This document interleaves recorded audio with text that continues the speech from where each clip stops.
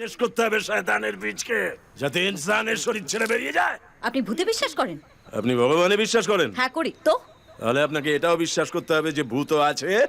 আছে, দেখান আমায়।